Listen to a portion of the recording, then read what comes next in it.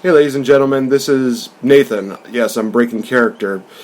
Last night we actually received the news that, unfortunately, one of the probably funniest actors passed away. Rip Torn passed away last night. A lot of people remember him for his performances in a lot of comedic movies, but also for his great portrayal as Patches O'Houlihan from Dodgeball. And we here at the Game Changer Podcast would like to offer our thoughts, prayers, condolences, and all of our support to the family as they are going through this tough time right here. And this episode is going to be dedicated to the memory of Rip Torn.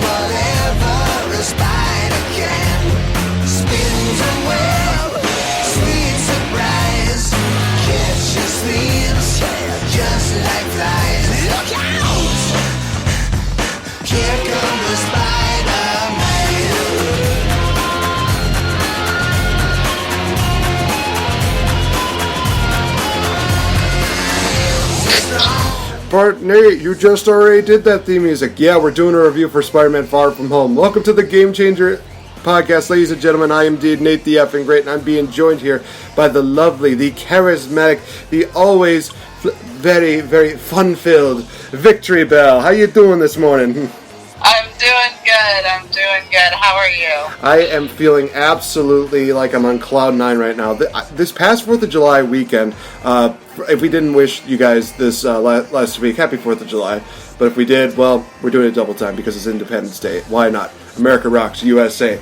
Anyway, so last week was probably one of the most nostalgic weeks that we probably could ever have had. We had so much that literally happened, whether it was in theaters, on Netflix, in the entertainment news, so much going on. We're going to have an action-packed episode of the Game Changer Podcast, probably one of the biggest episodes that you will ever listen to, you guys. So please, by all means, check us out on Spreaker.com, on Spotify, on iHeartRadio, on Google Podcasts, YouTube, SoundCloud, so many other different formats, you guys. Definitely check us out. We are talking about so much, and we're going to be kicking it off with the movie that actually came out on a Tuesday, not a Thursday, but on a Tuesday, July 2nd, that being Spider-Man Far From Home.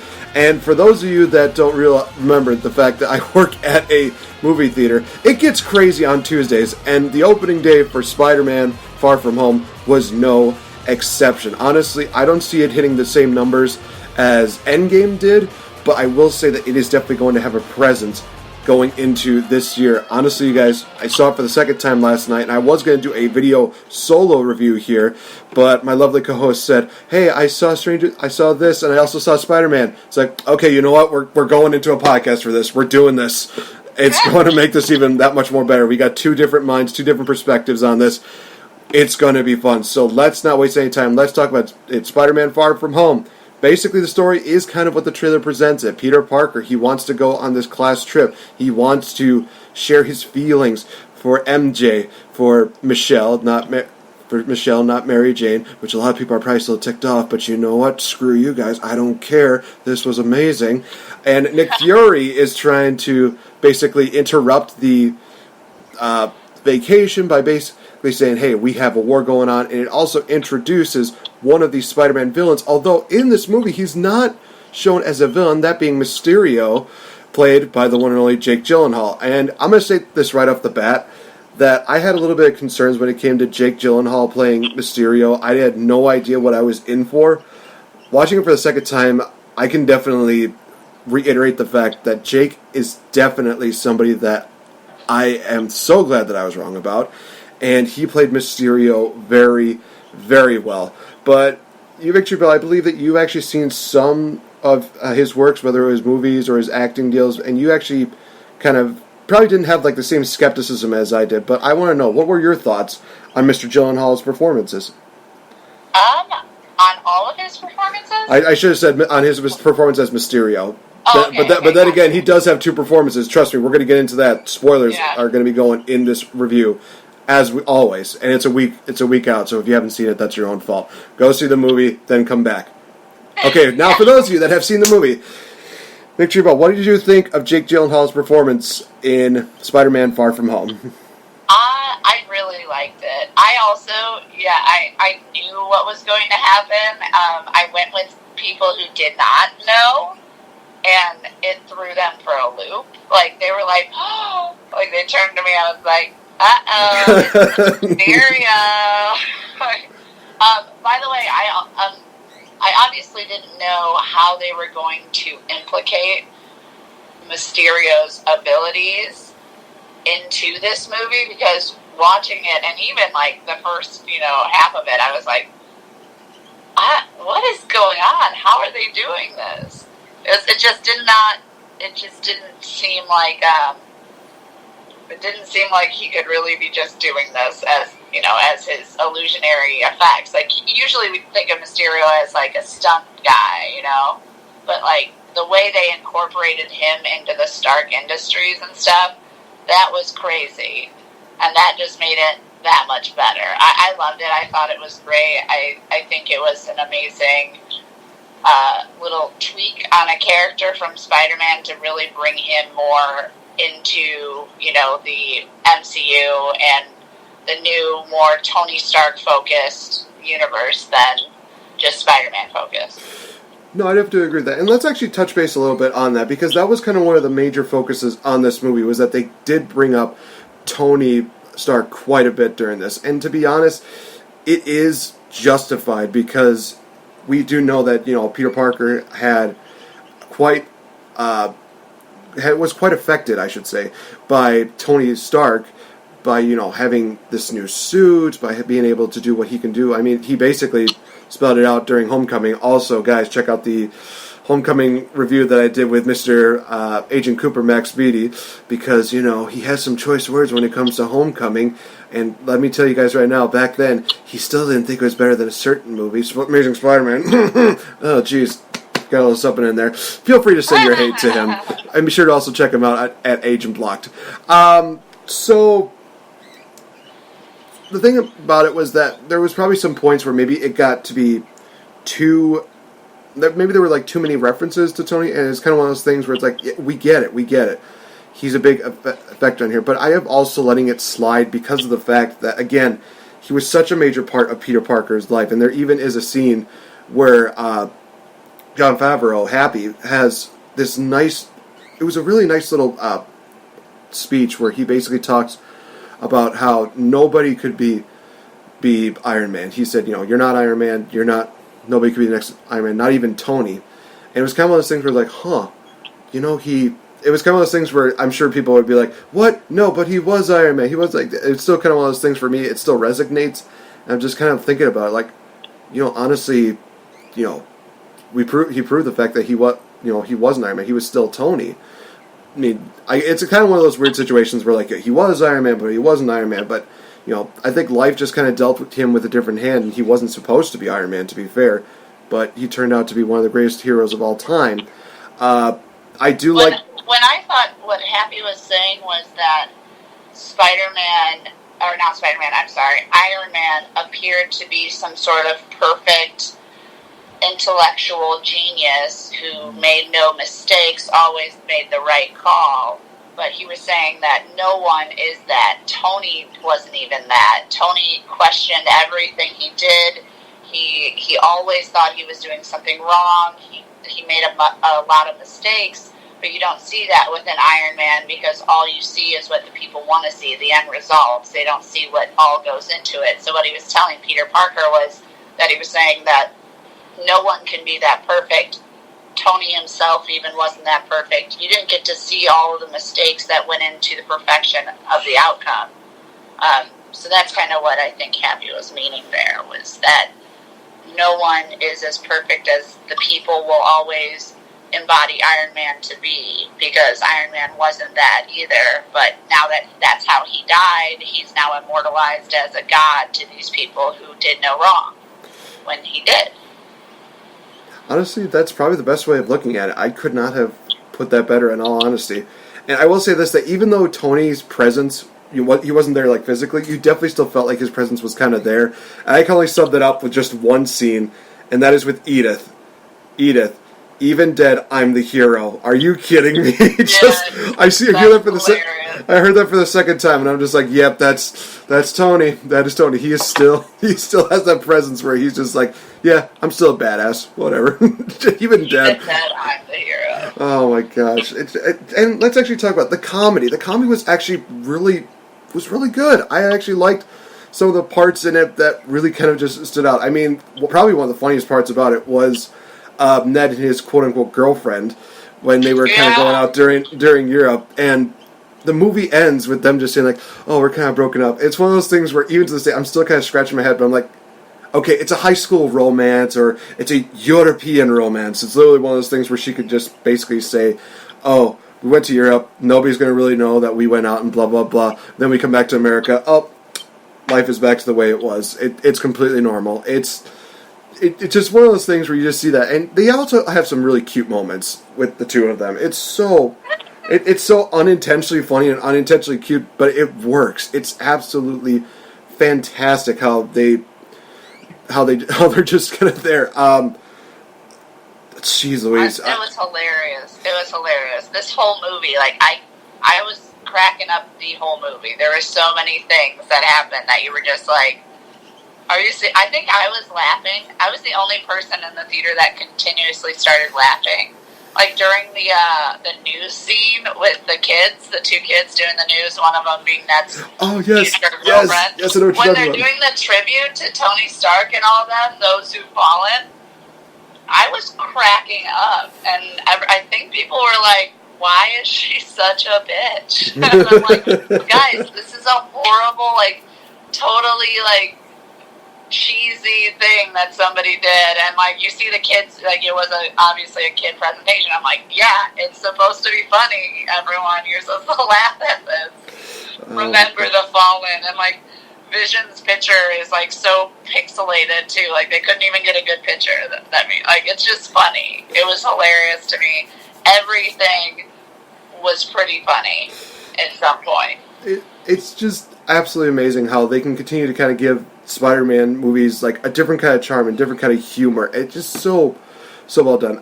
Probably one thing that I would say was kind of unnecessary. I think if I had to like complain about one thing, it might be this, because it just felt like it's kind of one of those things where it's just kind of there for laughs more than anything. Doesn't really do anything. I think was the whole deal with Happy and Aunt May. I don't understand 100% what the heck was going on there. Again, I think it was just for the laughs, and I understand that. But it's just one of those things where it's like, I don't really understand this too much. I get it. The first scene they show is them kind of, kind of be all happy. They're kind of talking to each other, stuff like that. And Peter's just like, what's going on here? Then they fast forward a bit. Peter's talking to May, and apparently Happy is in her office eating her lunch or something like that. And just hearing that, it's like, okay, now we're getting more to the awkward, funny. Okay. And then literally it ends with them just say Peter asks the question, are you guys going out? And Happy says yes, Aunt May says no, and she's like, well, it's a summer fling thing. And I'm just like, we just had this with Ned and his girlfriend. We don't need another one. I get it. It's summertime, summer flings, blah, blah. I get that, but it doesn't have to always happen. We had that with Ned and the girlfriend. That was enough. We don't need another one. But that's just me. That's a small little nitpick for me. I didn't think it was one of those things that added on. It didn't really take away from anything. It was just kind of there for kicks and giggles, and just to have Peter kind of be like, okay, what's happening right now? I have so many things going on in my life. What's going on with this? Yeah, I think I agree with you. It wasn't very like impactful to the movie. I think it was just another like giggling thing. I also think that it just went with the theme of relationships. Like the whole theme was like, oh, like everybody kind of has someone but me. Like that's kind of how Peter, I think, was feeling. Like, why can't I have this? This is what I want, and all because I'm a superhero, I can't have this. This doesn't seem fair. Everyone's getting into some sort of relationship. So I think it kind of went with that theme. I think it also, was there for humor. And I think it was a way to tie in how Happy knew some things about Peter, like the Peter tingle that he talked about. Oh, gosh, the Peter tingle. The Peter tingle, and, like, how he was like, don't call it that. Don't call it that. But then, like, in the ship, he was like, did you fix your Peter tingle? And everything. He's like, what do you know about the Peter tingle? And obviously, like, he knew because Aunt May talked to him. So it was just, kind of, I think, a way for them to, like, bridge the gap of what Happy knows and what Happy doesn't know. Is he was dating his aunt, so, like, he knows a lot more than you think he should know. But, yeah, I don't know. I agree with you. It wasn't necessary. They could have done other things, but I just think it was supposed to be, like, the love bug, and Peter caught it, too. But I think what we'll realize is that relationships don't always, they're not always a big deal. Like, things end, people, like, are, like, they break up. Ned wasn't, like, upset. Ned's like, oh, yeah, we broke up. And then, like, she, like, goes, bye, baby, mwah, and, like, bye. And then he's like, bye. And, like, Peter's like, what? You guys were so in love. Like, you were texting every day. And everything. He's like, yeah, things happened. And then, like, they're literally texting each other next to each other saying "miss you." I literally saw that. I'm like, what is this? It was hilarious, but I think that's supposed to resonate with, like, what Peter has is different. Like, he realizes that it's not like that. Like, it's not the ooh coochie coochie goo type of thing. It's like it's real for him. Yeah, I want to talk about one more comedy deal before we go into the actual, some of the key points when it comes to this movie. Damn it, Nick Fury was probably the one guy that I would say had the best hilarious, humorous moments throughout this entire movie. Samuel L. Jackson, I think that this is one of those movies you definitely do see him trying to basically just slowly tear the envelope just a little bit, because it feels like Samuel L. Jackson actually got to say a lot more than they gave him in previous movies. Like, he basically was just saying, he has a line where he basically just says, if somebody hits that door one more time, you and me are going to another funeral. Or another one where he basically just says, bitch, please, you were in space. Yes, that was hilarious when he said, bitch, please. I was like, oh, Samuel! It's one of those things where it's like, you know what? It's funny. We're going to throw it in the movie. It's fine. And he has one more line where he basically just says, that's a bunch of bullshit. And I'm just literally thinking, they're allowing this in a Spider-Man film? Holy crap. That's awesome. It was great. It was definitely great. I agree with you. And then the end was really weird about that, though, too. Oh, we're definitely going to get into the end credits. Yeah, I'm not going to say that, but I'm just letting you know, like, when you figure it at the end, you're like, what? But I get what they were trying to do, but I think it pissed a little bit of the people that I went with off. They're like, ugh, seriously? And I'm like, I don't know what they're doing, but anything goes. Yeah, no, I think I would be a part of that group, but we'll definitely get into the end credit deals in just a bit, you guys. Some of the key points here, definitely during the sights of a lot of these cities were absolutely beautiful, and I do love a comment that Tom Holland made that for Spider-Man: Homecoming, he basically had to film this like so many miles away from where he lived, and then Far From Home, ironically enough, was literally almost like in his backyard where his parents lived. So it was one of those things where it's like, okay, that's kind of like a full circle moment. That's funny. That's cool. That's cool. But yeah, getting the chance to see a lot of these, places like Italy, the Czech Republic, the Netherlands, so many of these great places, and it's just so beautiful seeing these spots. Another thing that really liked, I think, was the chemistry that MJ and Tom and Peter Parker had. Zendaya and Tom Holland is what I was going to try and say. I think that, yes, it does have like the awkwardy kind of interesting, the kind of awkwardy, somewhat romantic, somewhat cheesy kind of deals that you would expect, but it's different. It's one of those things where it's like, okay, we're not getting the same thing that we got from the Tobey Maguire movies. It's definitely a lot different than what we got in the Amazing Spider-Man Andrew Garfield movies. For this one, they're kind of awkward, but you also remember that they're in high school. They don't exactly know how to, profess their love. Peter has this plan, like right in the middle in the start of the movie, where he just says, "Oh, we're gonna do this, and then we're gonna do this, and then we're gonna do this," and wouldn't you know it, fate has a way of changing things. Nothing really goes the way he wanted it to, but nothing ever goes the way Peter Parker wants it to go. This is fair. But yeah, I liked the chemistry between Zendaya and Tom Holland. I liked the awkwardness. It was kind of like the cutesy kind of awkwardness. It wasn't one of those, like, okay, there's some weird awkward parts here. It's like, they're awkward because they don't know how to express their feelings. They don't know how to, say, hey, I really like you, until the very end where it's like, oh, well, that was easy. Just Right. I also wanted to comment on the locations, too. Oh, by all means. That was really interesting to me because I don't know if you felt this way, but this is extremely true, is Spider-Man isn't as powerful if he's not in this ginormous city where he has this ability to, like, use his surroundings. Like, you kind of noticed in Europe, Spider-Man kind of sucked.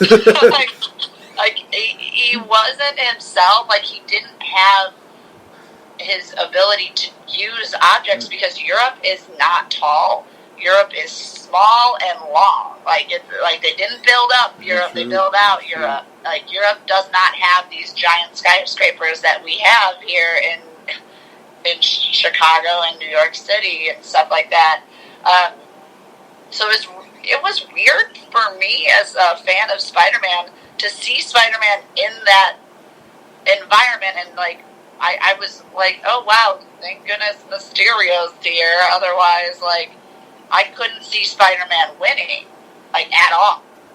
Like every time he was getting his ass handed to him, he couldn't even, like, save a building because, like, there was not enough structures around. He was like, I can't fix this.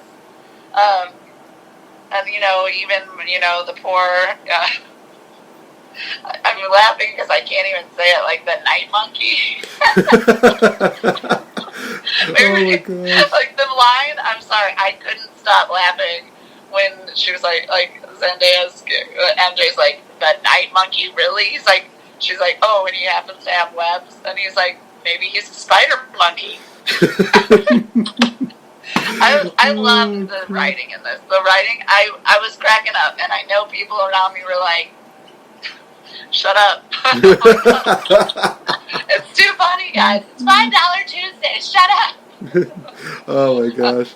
But no, just in general, like, it was very interesting. I was glad he tried to change his suit too, because he's like Spider-Man cannot be seen in Europe. Like, this is not Spider-Man's deal.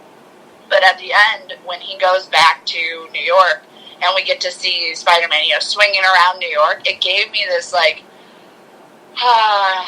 feeling of like, he's back. Like, this is what I see. Like, this is Spider-Man. In Europe, it was weird. It felt really weird, and I think that's what you were supposed to feel. Like, he's far from home. He's far from his natural environment. Spider-Man doesn't do as well if he's not in New York City. And I think that's a proven fact. Like, even in space, good thing he had that spacesuit, but otherwise, I don't know how well Spider-Man would do without being able to web things. Although I will applaud the way that he was able to adapt, even though, to your credit, you mentioned the fact that he's not able to do what he normally does. But, like I said, he kind of is able to adapt, which does tell us that, hey, at least he can, at least not just going to stand there and be like, oh, I can't really do anything because there's no way. Well, yeah, but that then leads him to believe, he's not the next Tony Stark, in quotes. And, him feeling this insecurity of that he didn't do much because he didn't, is kind of where we get the whole plot of the movie. Like, if he was in New York, no, this movie wouldn't happen. Fair enough. Did you like the chemistry between MJ and Peter? Oh, I loved it. I thought it was great. I really like Michelle. Like, I think Zendaya does a great job. I know that we'll talk about other controversies, but there was a controversy making MJ different than Mary Jane. And I think it just adds another factor of making this kind of a different type of universe. And what was interesting to me, and this was stated, and as somebody who knows about the Marvel Universe, they called this Earth 616. I thought our Earth was not Earth 616. And by I'm saying our Earth as the Earth we live and breathe on right now, where we're talking. I'm almost for sure we're not Earth 616. So when Jake Gyllenhaal Mysterio said, well, I'm from a different Earth, this is Earth 616, I was like, wait a second, are we not even on our Earth? Like, just saying, I just wanted to state that because, like, I'm doing this big project, it's not a big project, but dealing with the Hulks, and one of the Hulks is from Earth 616, and that's, like, Lyra, which is, like, She-Hulk from Earth 616. She's a totally different She-Hulk. She's a young, little kid type of She-Hulk. So when they called our Earth 616, maybe, we see that he's not even from a different planet, but I just was very intrigued by that. I was like, oh, because Earth 616 is a big, different world. Like, it has very similar, but it has a lot of connections in the Marvel Universe. So I was like, oh man, are we not even on the Earth that we think we're on, Marvel?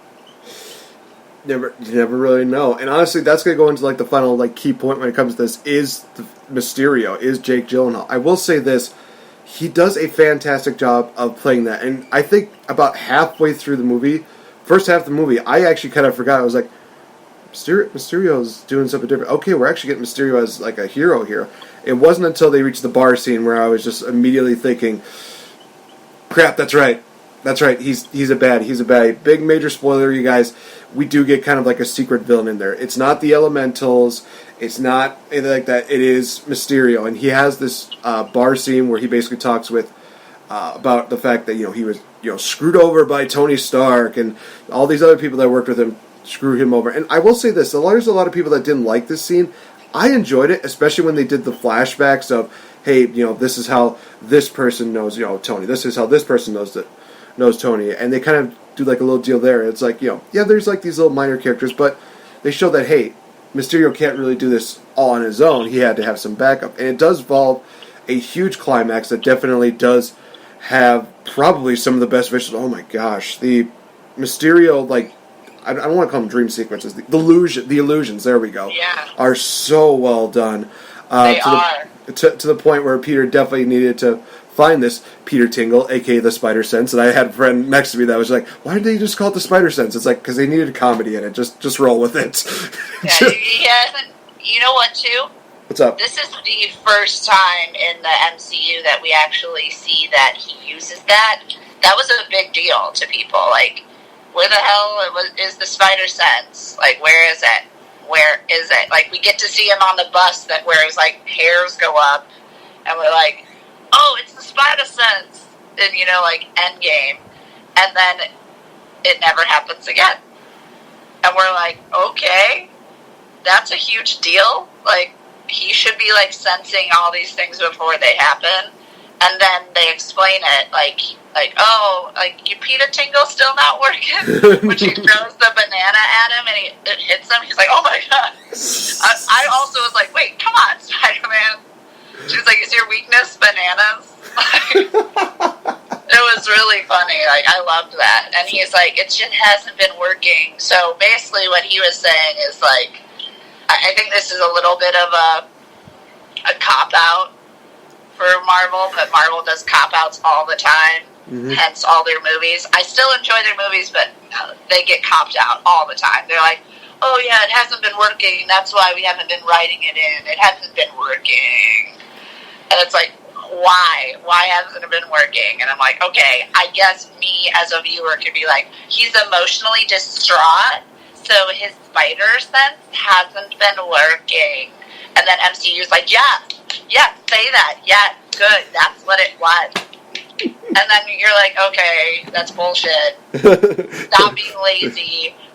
If you're going to have 75 superheroes in a movie, know what the 75 superheroes do, especially your number one, Spider-Man. Like, come on. Like, I get that he's not in, like, a main Avenger. You still got to take care of him. No, I definitely do agree with that. So, basically, this is going to spill into the end credit scenes, and then we're going to actually talk a little bit more about some of the news that came out of, Spider-Man, even some rumors that we might have for Spider-Man 3. So, major spoilers again. There are two end credit scenes. There's a post credit scene and there's an end credit scene. The post credit scene does feature Mary Jane and Spider-Man, finishing up their web-filled adventure. Basically, I will say this: I do love that. First one, it's kind of like, okay, they're kind of Mary Jane's kind of mellow about it. Second one, Gwen Stacy's like, she's still kind of mellow about it. With this one, Michelle is literally like, I never want to do this again. And it's just one of the funniest things. It's great. Like, of course, like, what? Like, why? They're like, yay, he's swinging me like Tarzan. And, like, she's like, no. Like, this is scary. Like, this kid is small. Why is he holding me like this? I'm scared. So, after that, Peter just says, okay, I'm going to leave. He goes up, and then we get basically like a newscast on the side of, I think it was actually Madison Square Garden, or it could have been somewhere in Times Square, something like that. Regardless. Anyway, so basically, it's a video that basically frames Peter as the one who basically kills Mysterio and also kills innocent people by using some different sound bites, which I thought was like, oh, okay, that's kind of interesting. But didn't really get the loudest scream from me until literally they say, oh, hey, we got this little tidbit from the Daily Bugle. I'm like, no way. Out comes J. Jonah Jameson, played by J.K. Simmons. There it is. That's amazing. Yes! I literally, last night I just screamed like, yes! Oh, woo! I was just so happy to see that. It's like, yes, J. Jonah Jameson's back. That's amazing. Just basically doing his spiel. He does such a, like, this is J. Jonah, like, this is Jay. Like, I can't think of him in any other person except, what's the actor's name again? J.K. Simmons. Yeah, he is amazing. He's an amazing actor, and he's, like, a nice guy, and, like, he is the perfect guy for J. Jameson. I'm sorry, I keep Jameson. I can't say it. J. Jonah Jameson. The Daily Bugle guy, and the fact that he's on the news now doing it is even better. Like, he's so funny, such a dick, and hates Spider-Man. And the fact that he gets pulled all the way back from the Tobey Maguire Spider-Man to come in and do this part again, I'm like, that's what's up. That's what I wanted. That's so cool. It was just absolutely amazing. And it ends on a very interesting cliff note. And actually one person pointed this out to me because it kind of gets funny because basically Mysterio still reveals the identity of Spider-Man. He reveals that it's Peter Parker. And the spider goggles just go like super wide, and he's just like, "What the sh?" And then it fades out. And somebody actually pointed this out to me. It's like, well, in the first Spider-Man, in Spider-Man: Homecoming, they literally had Aunt May going, "What the?" And they just cut it off right there. For this one, they have Peter going, "What the sh?" Just cut it off right there. I'm just like, okay, that's kind of cool. That is kind of nice. So now we have this pieces set up for Spider-Man 3. Trust me, we're going to talk about that in just a bit, but we have to talk about the other. That's huge, though, isn't it? I don't know a time where Peter Parker was like outed like by everyone. I can't remember either. It had to have been in one of the comics where he probably was outed, but I was like, holy shit! Like, this changes everything. The other end credit scene, like we kind of mentioned, it's not really anything too spectacular. We actually see Maria Hill as well as Nick Fury. They turn out to be the oh gosh, are they called the Curls? I believe it's what they were called. Krulls, yeah. Krulls. Thank you. I don't want anybody getting mad at me for not knowing that. Basically, the Krulls kind of just like, oh, well, who's going to tell? Who's going to tell? Might as well. Basically, they talk a little bit of deal. Nick Fury is apparently on a beach somewhere relaxing, or so we think. He basically gets up. He's in a spaceship. He's being like, oh, everybody back to work. He's kind of chilling. He kind of has like this almost like Thor bod kind of situation going on. And he's just like, where are my shoes? Cuts to space, and then it just cuts to black. It's like, okay. This was kind of pointless. I'm not going to lie. I mean, this felt like kind of like a trolling end credit scene, almost like during the original, during Spider-Man Homecoming, where Captain America just comes out. It's like, so, you stayed until the end of the movie just to see what happens. Well, there's nothing. It kind of felt like one of those things, but not as funny, not as satisfying. Yeah, that was a weird end credit scene. I don't know how I felt about it. I didn't know if they were trying to, is Captain America 2, not Captain America, sorry, Captain Marvel 2 coming out next? Is that why we did that? I honestly do not know. Because it's really weird. That's what pissed a lot of people off that I was watching. They're like, okay, now the Krulls can literally be anyone. They just had a whole, the whole thing was about illusion and not knowing what was what. And, given that it's Mysterio, I was cool with it. I was also very alarmed with how real everything was, and then they finally showed that it's all drones doing holograms and actually shooting, making it was causing damage and stuff because the drones were doing it, which was all Tony Stark's tech to begin with. So it was very, it was very convenient that they were able to do all this with Tony Stark's Edith tech that we've never heard about before, but cool, that's fine. I'm down with it. He could have Edith, but the thing is that how did Edith not know that the other drones were doing it? You know what I mean? She was coming from the exact same satellite, and it just seemed a little, it seemed a little convenient, but I was like, all right, it can change everything, and they can all go around Peter Parker, I guess, even on the ground, which when he was, turning all black, almost like his whole world was black, I was like, how are they getting the ground? You can't fly on the ground, but, right. Okay, sure, special effects. But doing that, it was a lot. They did a little too much in my sense of, him going through some things, he can't just go through, the grave, you didn't see what it really was, Mm-hmm. And stuff like that, but then, in the end, saying that the two characters that we were following pretty closely, Hill and Fury, weren't even themselves either. I was like, how does this satellite scan people then? Is it just their facial recognition? They seem to know a lot about everybody. Why didn't they know about Nick, Fury, and Hill not actually being who they were? Because that seems like quite a bad thing in Tony Stark's system if he can't identify aliens, which he knew aliens existed, so he should be able to do something better than that. In my personal my perspective is that was a big flaw in Tony Stark's system, and a flaw in the movie, making all of that, they shouldn't have been identified. They were totally identified, Yeah. No, I get what you're saying. So, let's go into, our final gradings, final thoughts. I give this one a 4.5 out of 5. Probably one of my favorite movies of the year next to Endgame. Spider-Man's amazing. This has a lot of great comedic moments, a lot of great character development, a lot of really good stuff. So, in all honesty, yeah, really good. Go see it. If you've seen it once, go see it again. Yeah, no, that's awesome. I give it a A.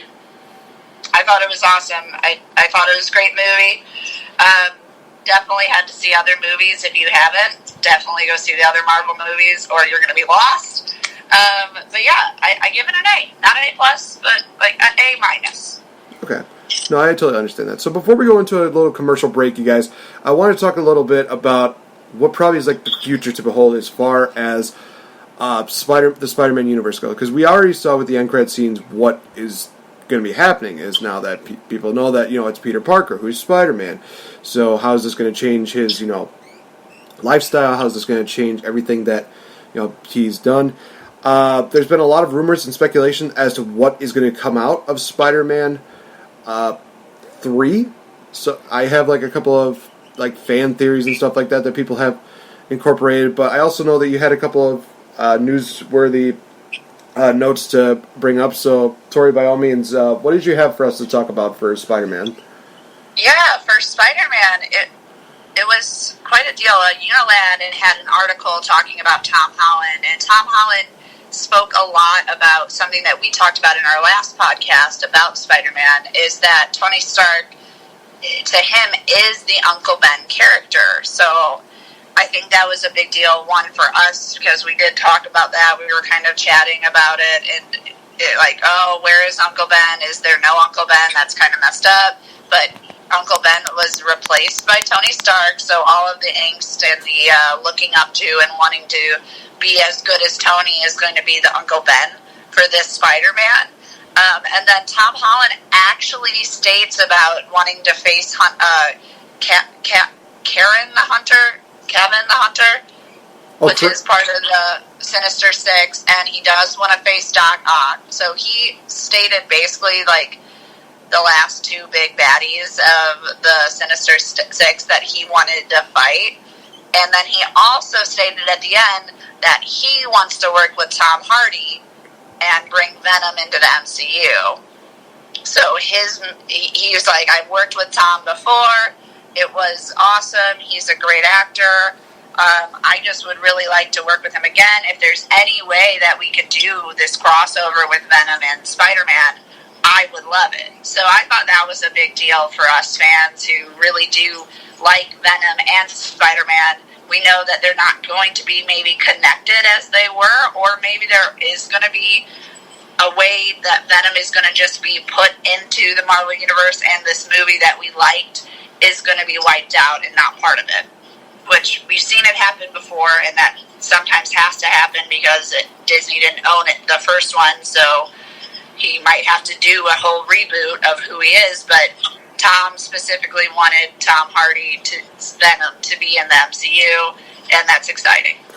No, honestly, and I think that's going to happen sooner rather than later. They just got to buy the rights to Venom, I feel, but I don't know. It's going to be very interesting to see what the future holds, and to kind of capitalize on that, introducing characters. You mentioned Kraven the Hunter. You mentioned Doc Ock. You mentioned possibility of Venom joining the MCU. It seems like there's been a lot of speculation that, hey, we're going to see a lot of characters be introduced into the MCU through Spider-Man. I mean, there's been a lot of speculation that people have said that they maybe want Deadpool to be where he gets introduced into this. Maybe this Spider-Man 3 is where he kind of comes into this. Of course, a lot of people are going to mention the fact that, Deadpool kind of has this thing for Spider-Man. It's going to be one of those things where it's like, we literally had a scene where we had a grown adult woman literally tell a quote-unquote high schooler to take his clothes off. So at this point, I think that whatever Ryan Reynolds brings in is going to be tamed.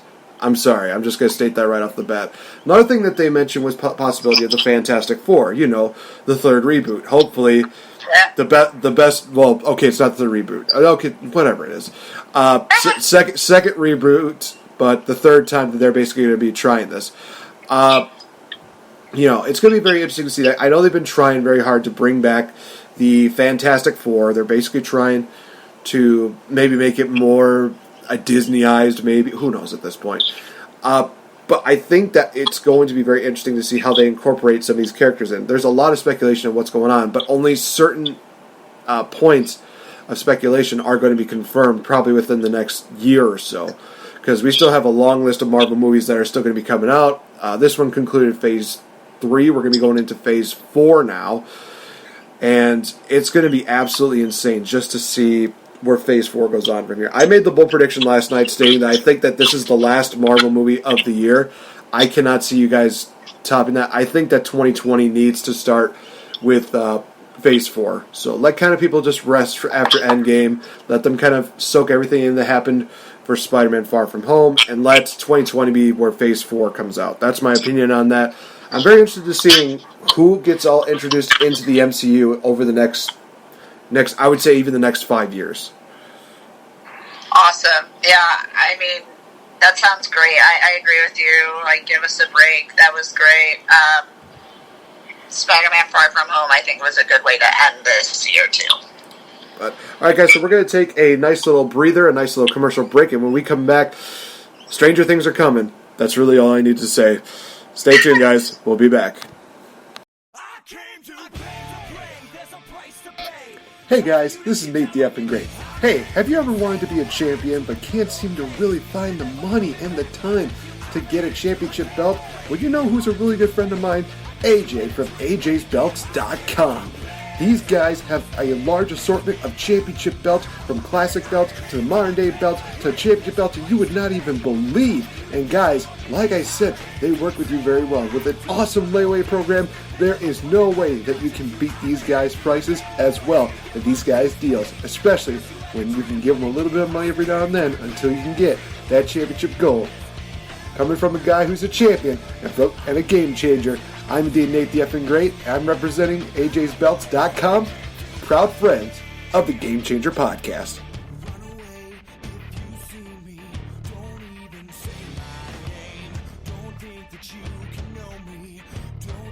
This is your pool party captain, Randy Fitzsimmons, and you're listening to the Game Changer podcast. Pew pew! All right, guys, welcome back to the Game Changer podcast. I'm NateFNGreat, joined here by my lovely co-host, Victory Bell. Boy. Honestly, wait, hold on. I have to do this right. Bear with me, ladies and gentlemen.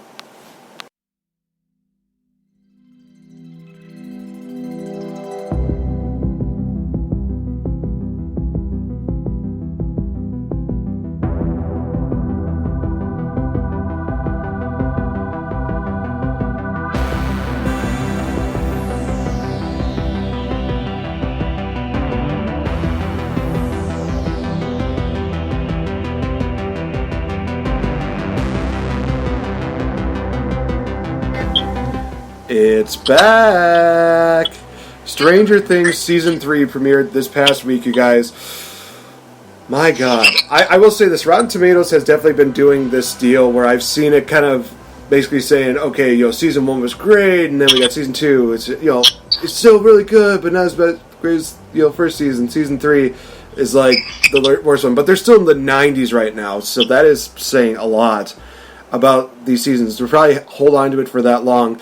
Let's just hope they don't Game of Thrones it up. Oops. Did I just go there? Yeah, I did.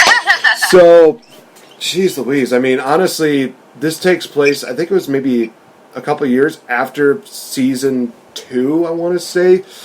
And honestly, you definitely do see a lot of the characters, they've grown up a lot more. They definitely have more distinct, characteristics. They have more to basically offer to the series. So we're giving our official review of Stranger Things Season 3. So, I mean, honestly, the plot is something that is where they say, hey, we got to deal with another thing that's supernatural. But they're also kind of balancing, like, high school life. They're kind of balancing a little more. I think the character development gets really good, but we'll talk about that in just a bit.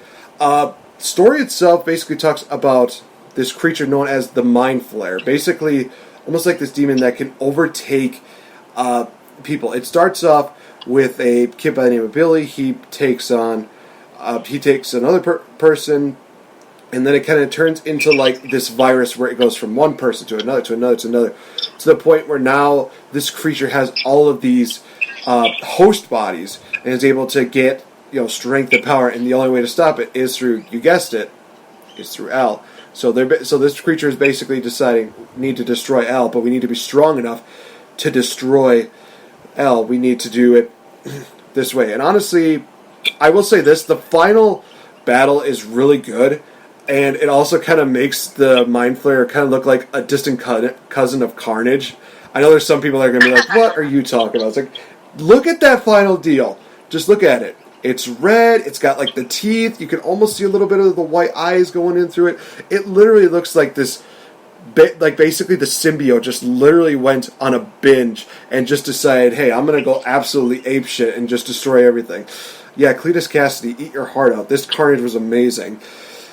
But, I mean, along the way, we do kind of get let's start kind of basically from the start, which is basically episode 1. Everybody kind of is, getting back to, things that are normal. We do see relationship blooming with Mike and Elle, and it's kind of one of those things where I think to myself, geez, they're going kind of crazy. And then I look on Wikipedia, I'm like, how old are these kids? Oh my gosh. So, they're about 15, 16. Okay, this is accurate. This is pretty accurate. I'm okay with this. We see Dustin comes back from camp, and he talks about having this girlfriend, Susie, which throughout the deal, everybody's just like, oh, no, there's no way that this girl even exists. We find out at the end that she does exist, and we do actually get a very hilarious, nice little singing song throughout at the end, which is awesome.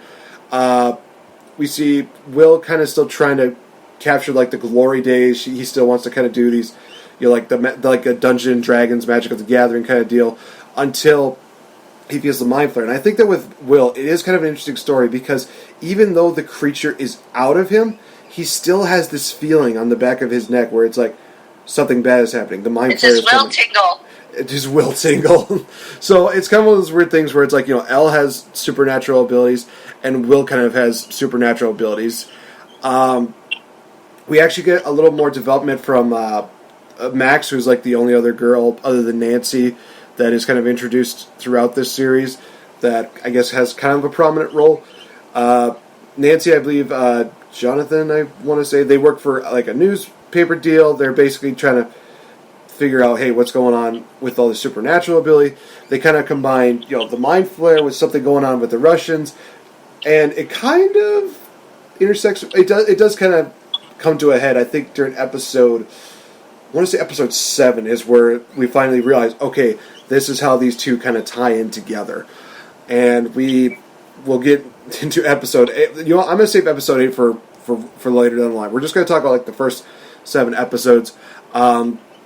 We get a nice little deal where Hopkins and Will's mom, Winona Ryder, basically they're trying to build up this kind of relationship. I mean, Will's mom, she's kind of more focused on what's going on here with all these deals, because she's freaked out that, my magnets are not working on my fridge, and Hops is just kind of like, yeah, you're kind of crazy right now, and I thought that I kind of had feelings for you and I wanted to go out with you, but okay then.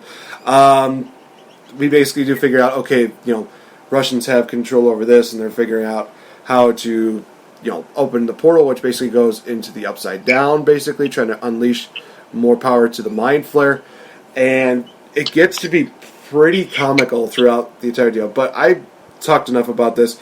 So honestly, Tori, what were your general thoughts on the first 7 episodes of Stranger Things Season 3? Yeah, so Stranger Things is kind of a typical setup, but this is Season 3, we kind of get it. So you're going to start out with everything is totally fine again, let's get into the human relationships. And you're kind of like, I don't want to see the human relationship, I want to see what's going to happen next. So it always starts out pretty slow to me, and you're kind of like seeing the growth of the characters a little bit, trying to do some sort of new bonds to make people, care a little bit more about some people. Like Max, they definitely tried to make us care a little bit more about Max. I still don't necessarily like her. I think she's kind of weird. A little too much for me. The whole Billy deal was weird too, like how all the moms were getting ready for the lifeguard and stuff, and there was just unnecessary things with that, like with Will's, is it Will? No, it's not Will. It's Mike's mom and Billy kind of had this odd thing in Season 2 where, he comes to their... I do want to say that I do know what you're talking about, and I want to kind of address that because I think that's one of the few issues I have with this series is that they touch a base on that, and it seems like she wants him, and it seems like they're actually going to do something with that, but then it kind of dies out, fizzles out. They do nothing. They do nothing with it. It's just kind of like in the first couple episodes, and then boom, it's like, we forgot about it. I would have figured that maybe she would have had a slip of the tongue, and be like, I wanted to have this deal with this younger man, and kind of do something like that. Maybe add a little more drama to it. But it was just kind of one of those things where it's like, it's something in the first couple episodes, but we're just going to forget about it throughout the season. It's like, for me, it's like, it's still lingering in there that this older woman wants to hook up with the younger man.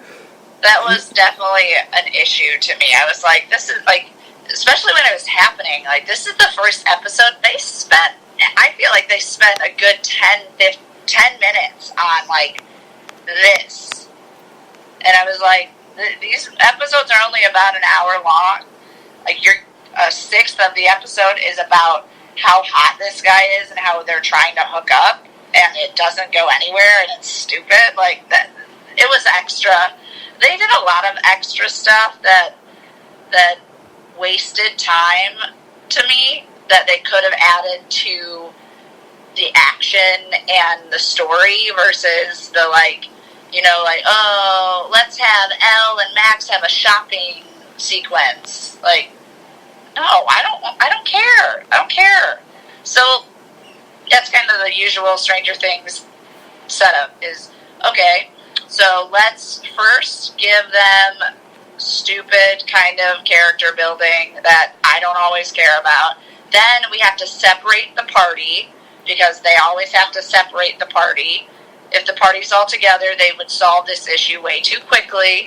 So, we have Steve and Dustin are now like a duo that they like to put together. So they had Dustin out of the party, and then they separated the girls from the guys a little bit. And then, obviously, Nancy and Jonathan always have their own thing. And then, of course, the doting, caring parents who were so worried about their children are now off in Illinois, a totally different state. Like, okay, sure. Cool. They were really worried about them at the beginning, though. Seemed like great parents, and then all of a sudden they were gone. And dealing with the Russians. Right. So, the first 7 episodes, like you said, there was a lot going on, but I didn't really get into the series until maybe the 5th episode is when I started caring. Because it was a little too slow for me. I almost fell asleep in a few of the episodes. It wasn't bad. I was like, I get it. They're separate. I get it. They're dealing with different issues that are all going to be the same issue in the end. And then finally the monsters were kind of coming. But I was a little disappointed that I think that people should have died in the first few episodes. Honestly, they should have killed people. And I don't mean people that we don't care about, because they did do that. They did kill off some humans finally. I know that they haven't been killing humans really that much in Stranger Things. This monster was much more aggressive at attacking humans. But I just wanted some of the main characters. They have too many main characters right now. Mm. I wanted Nancy to die, in all honesty, and I thought she was. And then the monster just growls in her face. Like, what?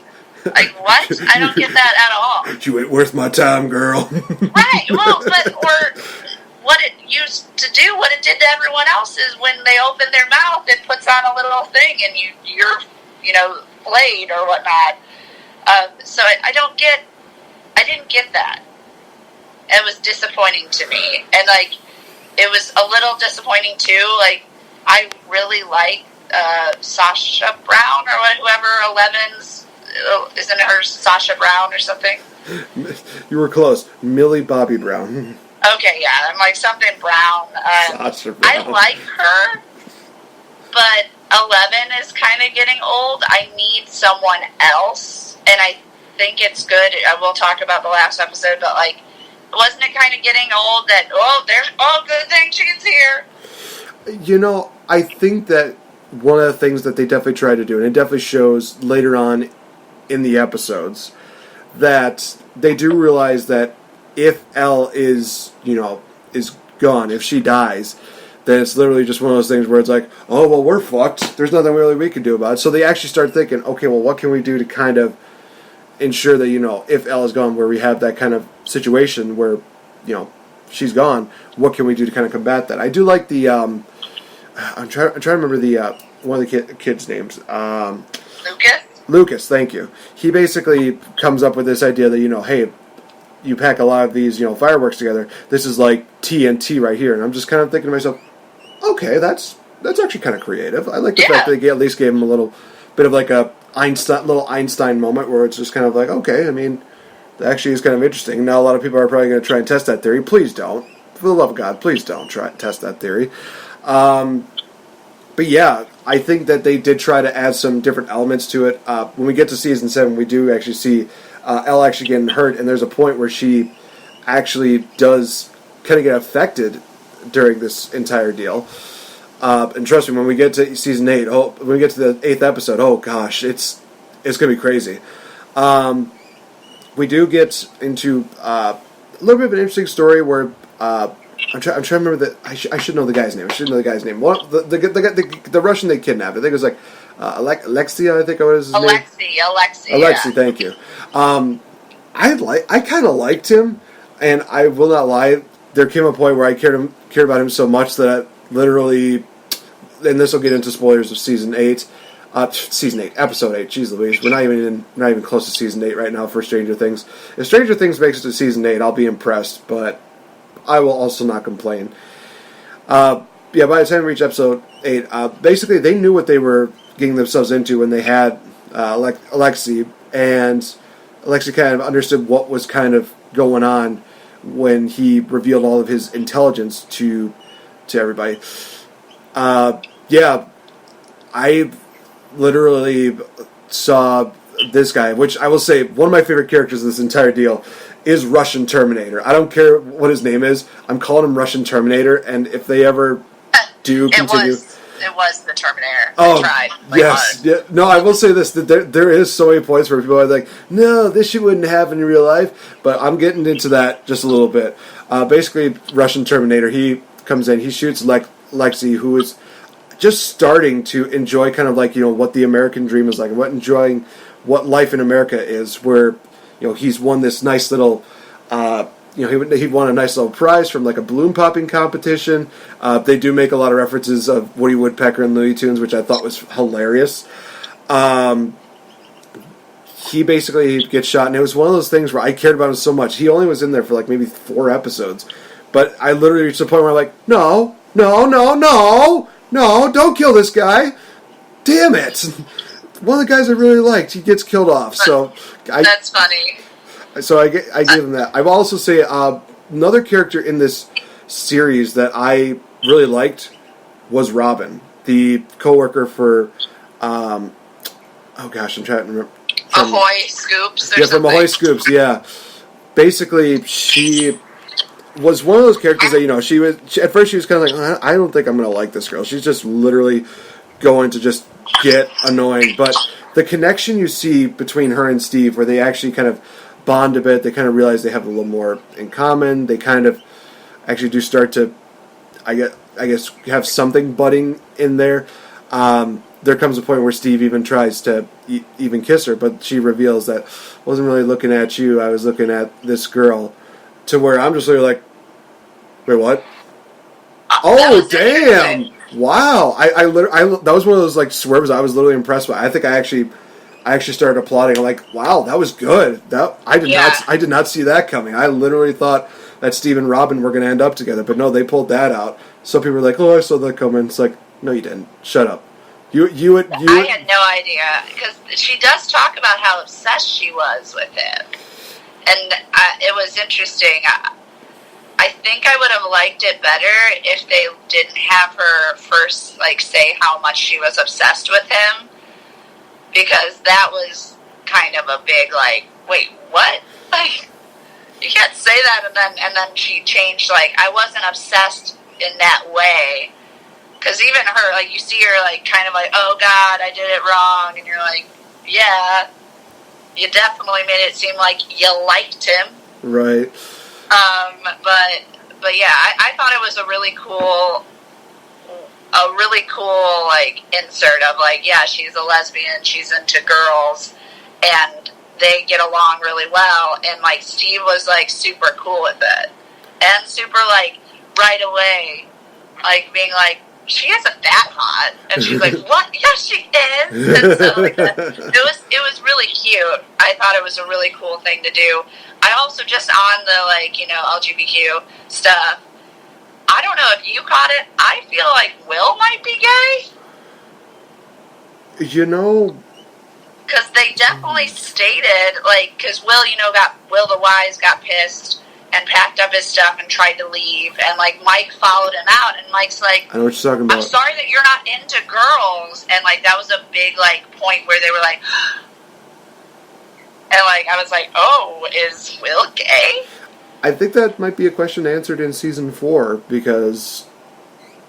Yeah, I don't know. We have no idea. I think that'd be kind of an interesting deal. I mean, I'm not gonna be basically saying like, oh, do it. It's like, I want to see where they kind of go off with this. I think the Duffer Brothers have definitely been presenting a lot of these different themes and a lot of these different situations in life very well. I mean, like I said, maybe they could have gone a different way with Robin, but for the most part, I give them like a 90% approval rate of how they did it. I think maybe there's still some tweaks here and there where it's just like, okay, maybe they could have said this differently, or maybe they could have presented this in a different way, but for the most part, I thought the Robin character kind of presented was pretty good. And I will say this, that there's literally a scene where she and Steve go find a job at a video store, and she's basically she's still basically revealed that she's a lesbian, but she's just saying, you have to realize that hair like that, all the girls are going to want him. And he's not going to be able to handle all of them. He's going to need a little bit of help. She tells it to the boss. And I'm just literally like, okay, that is something that would probably sell. That would actually be pretty amazing. They're a good combo. I think that adds to, like the little, like, Dustin, Steve, and Robin clan now. I'm going to be honest, I did not like Erica. I think they make Erica too much of, like, an annoying kid. Like, Erica's Lucas's little sister. Yeah. Like, I didn't like her at the beginning. I didn't like her throughout the whole thing. I liked her a little when she was being, like, a helper.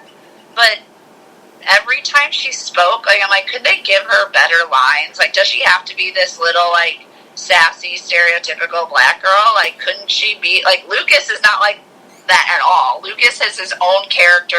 He doesn't have to be like, what, like, she's annoying in that fact. Like, she's almost too much sass for me to want her to stay in. Like, I almost thought, okay, you could kill a little girl. And I know, but, like, that's how I feel. Like, about 2019, you can kill a little girl. Right, which I don't want her to suck, but I felt like they wrote her to be a character that I didn't care dying. No, I definitely. You know what I mean? Were you annoyed by her at all? No, you said it best. Honestly, I couldn't have said it any better. I'm not one of those people that's a big fan of hers. It's just one of those things where it's like, well, they needed that annoying character that some people were probably going to hate, or if everybody was going to hate. Maybe that's the reason why they went down to 90% compared to 96 from season 1.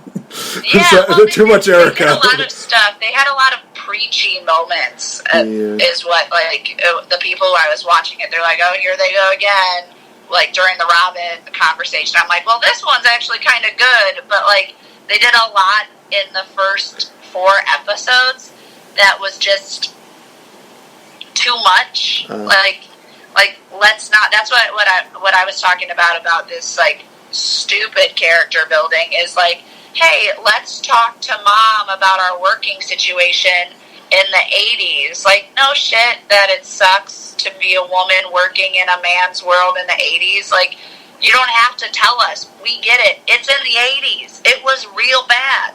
They had a lot of big movements that still had to happen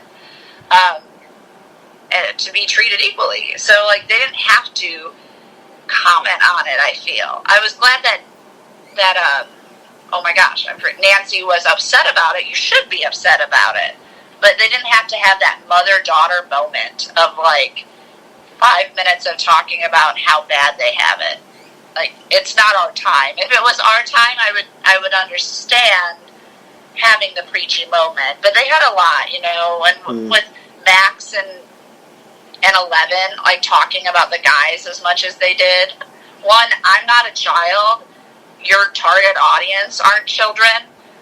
Stay away from that. Like, don't have the children attempt to teach us things because we know things. Like, I don't want Max to tell me how, like, guys are stupid.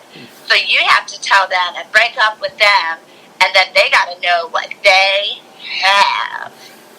Like, she was the other annoying, like, sassy character. Like, Max, I wanted to slap her. She was super annoying, super sassy, like, attitude up the wazoo. Like, both her and Erica were, like, very similar personalities and very childlike like, they were children. So it was just super annoying. They don't know anything. Stop preaching to us. No, I definitely do agree. I do see where you're coming from. I do agree with that. I want to say one more thing before we go into the final climax of, episode 8. They referenced Back to the Future, and literally I was marking out like crazy. So that was my positive deal from that. Anyway, so we go into the final deal. We get everything basically set up. We have a nice moment between. I'm gonna get her name because honestly I feel so bad that I'm calling her only just by her actress name, Joyce. Okay, so Joyce and Hops, they kind of have a nice little touchy-feely moment where it's like, okay, well maybe it's time to kind of move on from that. Basically, they build up to the scene where basically Joyce accepts a job position for like a detective with Hops. They set up a date. They kind of build this kind of up while they're getting ready to basically go and destroy this cannon that's taking care of that's trying to open up the Upside Down. We have a nice battle sequence in the mall with the Mind Flare, some really great spots, and we do actually see a little bit of what I was saying before, was that they had to find a way to work with the fact that Elle was powerless during this entire deal. She got infected by this thing, and literally she was not able to do her mind power. So it's going to be one of those things that going into season 4, we're like, okay, this is going to be interesting to see how this is going to play into maybe the rest of the series. So we do see that. We get a nice fight scene between Hobbs and Russian Terminator, which I will reiterate is my favorite character by far of this entire series. Oh my god. There was actually a scene I did want to say this, is that he actually got shot. I think it was in like the crazy wall of mirrors, something like that. And he gets shot, he goes down, and everybody's thinking like, oh crap, he's dead. And he gets back up, and literally I'm like, no way. There's no way that he's like, and then he reveals a bulletproof vest. I'm like, oh, okay, you know what? Now it's realistic. He's still a badass. Even though I would have called BS if he would have gotten up from those gunshots. I know. The Terminator guy was like a lot. Like, oh my gosh. But it was the good kind of a lot. Put this guy in the new Terminator movies. I want to. He was even like Austrian. Like, he did not sound as Russian as I felt like he should have. He sounded more Austrian, just like Arnold. But again, Austria is very close, but still. Yeah, but it's also because the Austrian/Russian Terminator that we do get probably one of the most emotional moments of the entire series. Hopkins and them are fighting. It seems like Hopkins is about to go into like the head of this.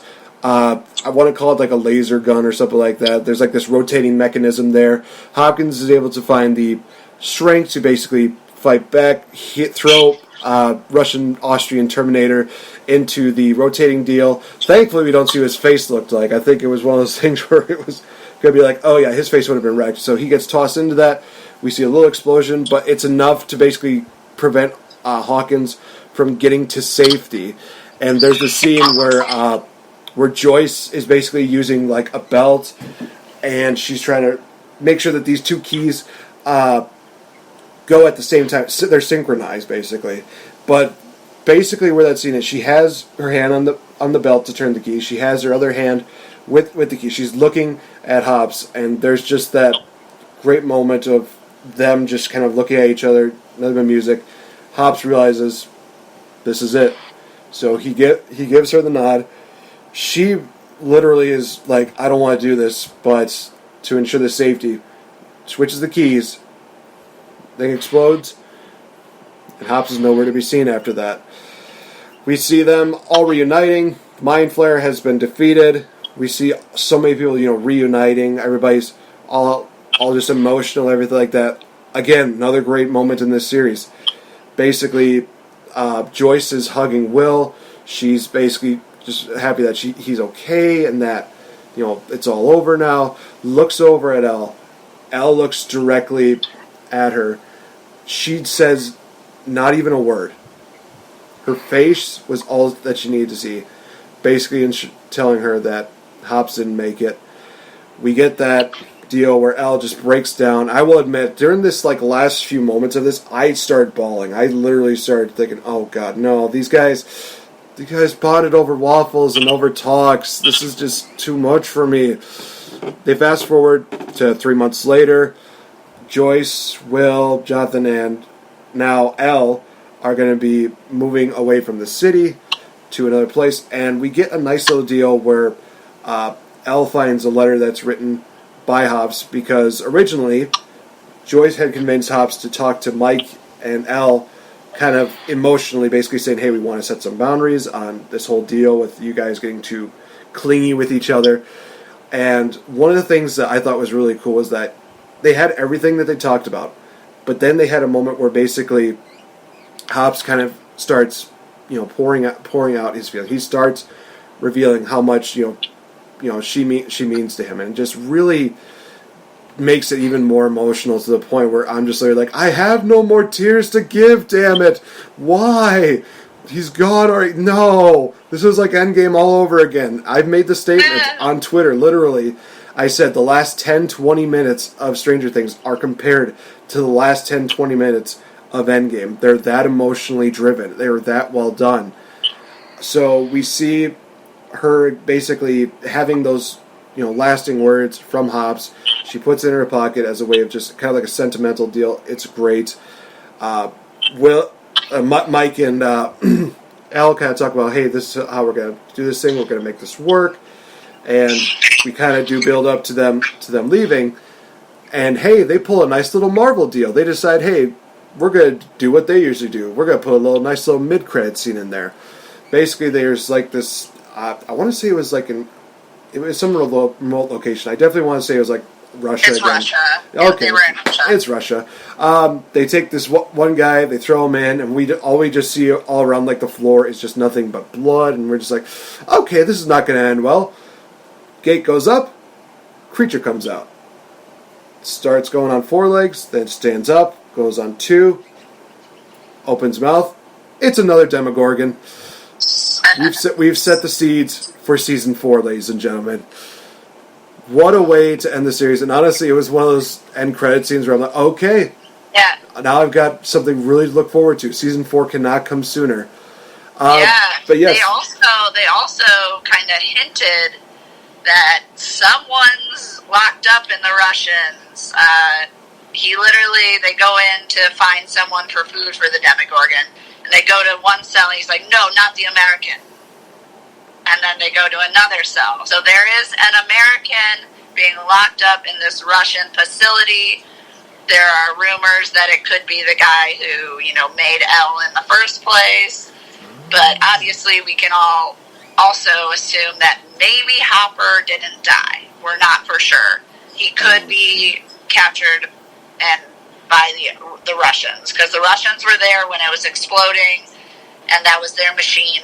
If he didn't get evaporated or got sucked into, the upside down, he could also be a prisoner in the Russian facility. So I don't believe he's totally dead yet.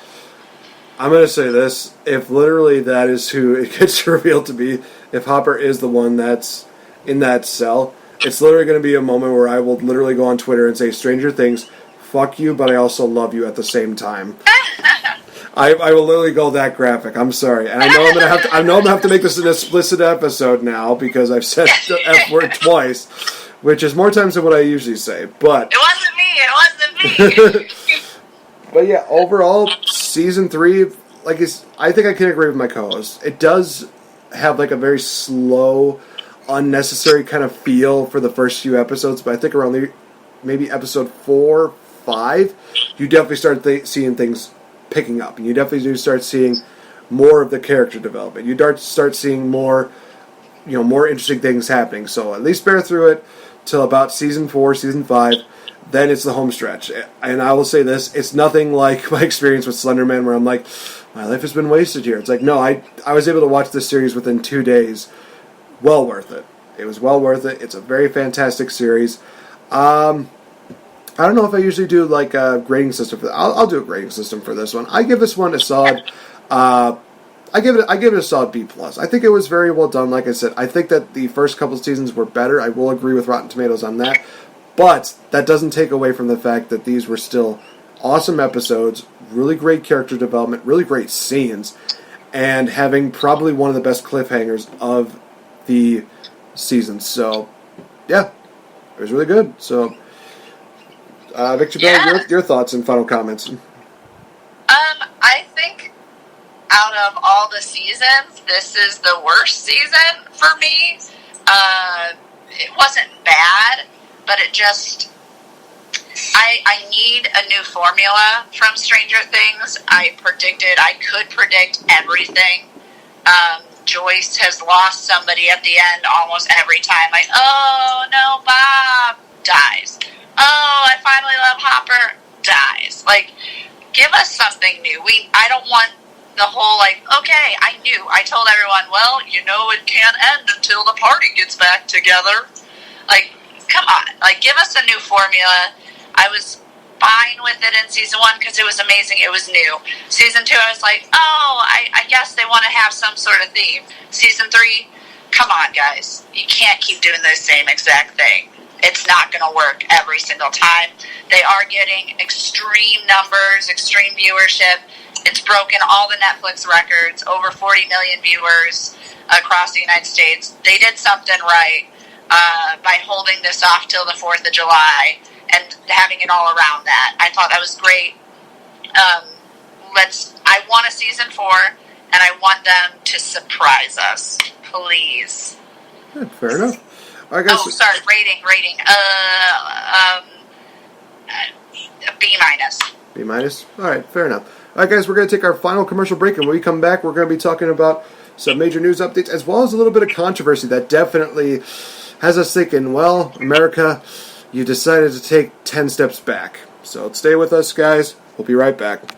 Ladies and gentlemen, introducing the Wrestle Addict Radio Network. Hey, what's up, you guys? What is going on, everybody? What up, fam? Hey, it's me. What up, Oozes? What's up, guys? This is the Monday Night Delight. Are you looking for a network that brings you all things pro wrestling? Then look no further. Wrestle Addict Radio brings you a varied source of wrestling content. What's going on, guys? This is Willie T. My name is Mr. Fretz. This is your resident Smart Slayer. Search for Wrestle Addict Radio on all major podcast platforms and be sure to hit that subscribe button so you never miss an episode. Buzz, guys. My name is Kate Murphy of the Kings of the Ring podcast, and you are listening. And you're listening. And you're listening. And you are listening. And you are listening. Get ready for a war, because you're listening. Come join the war each and every week as we fight to keep wrestling real. What's up, everybody? This is King Ricky Rose, and you are listening to Wrestle Addict Radio.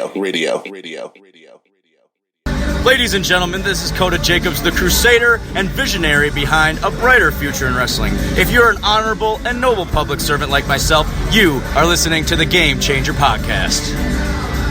You know, guys, I've been kind of really having I keep forgetting to talk about this, and I definitely do need to mention this, that on July 21st, we will be sponsoring another wrestling event. We did this for ACW before. We're going to do it again.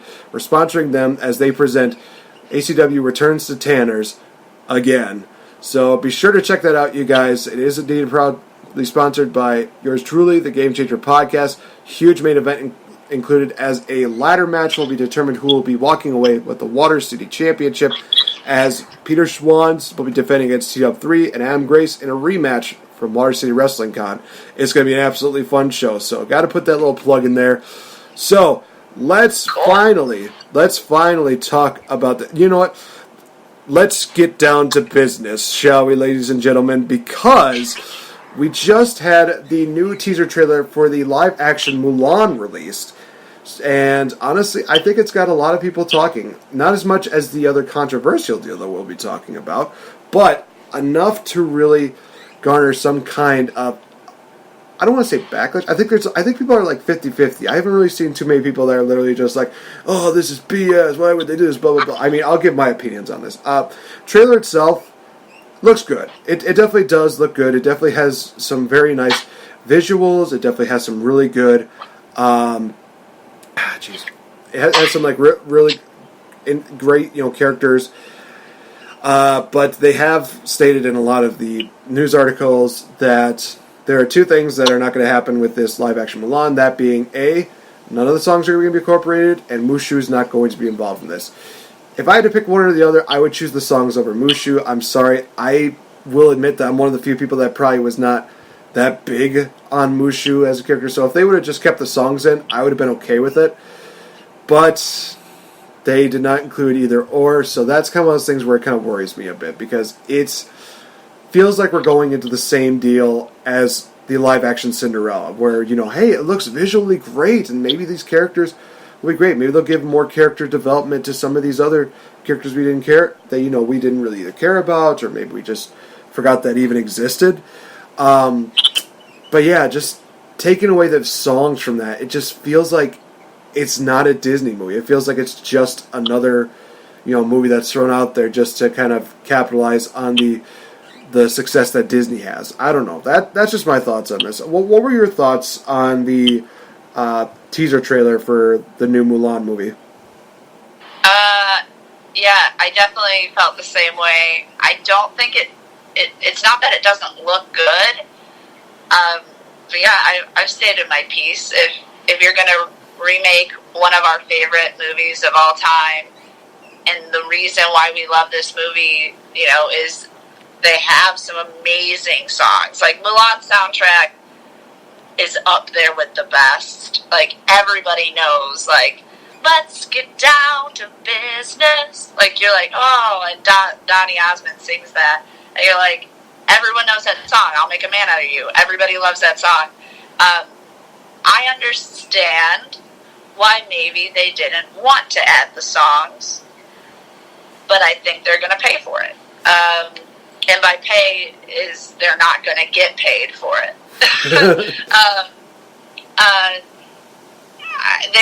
You can definitely feel that it's supposed to be more of a kung fu movie. So I think it's going to be a great, like you said, visually. But it's going to be a samurai kung fu movie, like Crouching Tiger, Hidden Dragon. There's a ton of amazing Chinese fighting movies out there that you can see and be like, holy crap, like the fighting, the sword work, all this was beautiful. And that's what Mulan, I think, is trying to be. And I don't think that's wrong. It's a war movie about an amazing fighter who hid her sexuality or her sex to be able to do this. But it's interesting because, like, when she's fighting and stuff, I also didn't see, like, the short hair and stuff like that. I was like, oh, she didn't even have to chop her hair off to disguise herself? It just seems more about the sword work and fighting, probably, and the story of Mulan than anything else. So I agree with you. I don't think it's going to be a Disney movie. It's going to be Disney's Disney's version of Crouching Tiger, Hidden Dragon. Yeah, I mean, we could also be wrong. It could be as successful as, Jungle Book, because a lot of the songs were not incorporated into that. But at the same time, it still had the same feel as like the original. They just decided to make it 10 times better, in our opinion.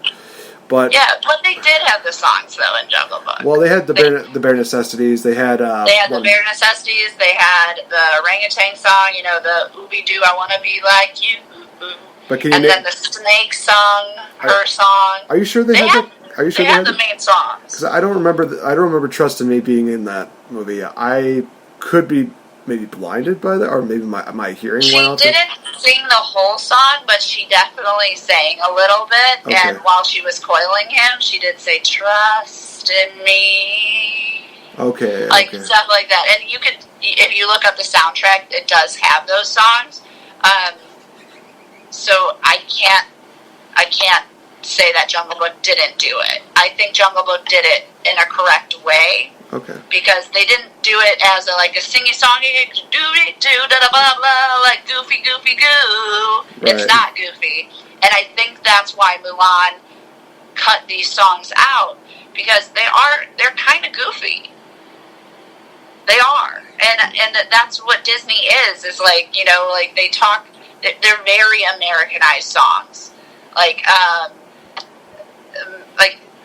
in I'll Make a Man Out of You, they have them like, you know, I shouldn't have skipped gym class. Like, oh, I hope I know how to swim and stuff like that. Like, that stuff wouldn't be in that era of the Chinese war. Like, you wouldn't have that type of music in it.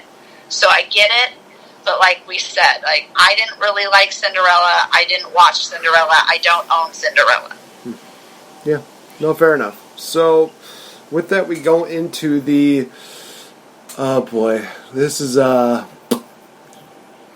this kind of infuriates me, because when they made the announcement that Halle Bailey was going to be playing the role of Ariel in the next live-action Little Mermaid,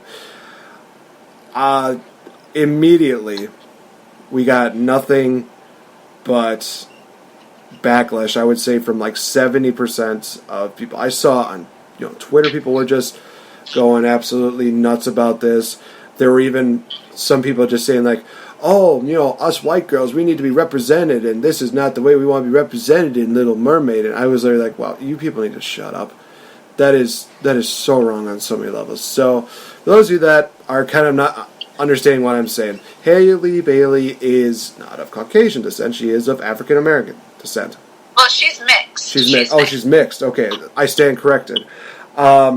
So people are freaking out because we don't have White Little Mermaid here. So I want to kind of tie this into into kind of watching the Little Mermaid movie that we were going to kind of talk about this when it came out, but I kind of got a chance to watch it before I watched Stranger Things.